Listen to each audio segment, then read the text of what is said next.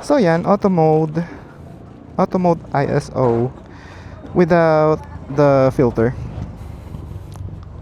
Ayan, so walang filter yan mga pre. So barely lens lang. So tatry natin to. Yun na naman, ano na naman.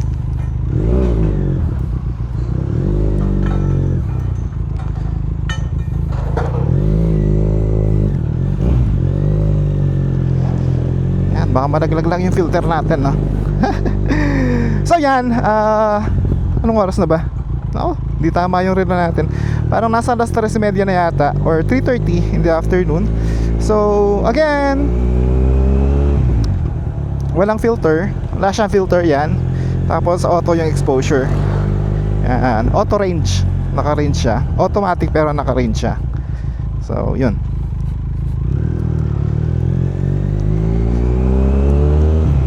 Tapos pure sound, Benelli Leoncino.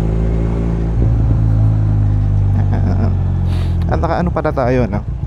Yoshimura exhaust, full system. I'd say full system, kasi wala na yung catalytic converter natin.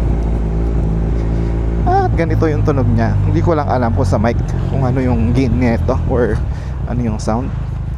Pero yeah, it sounds like this. So yeah, tingnan natin at compare natin yung may filter, yung walang filter, tapos yung auto exposure, tsaka yung manual exposure semi. Kasi meron pa rin automatic doon, yung ISO. Kala ko automatic yung dala ko, bakit hindi ako nagka-clutch? Munti ka na mamatay yung makina.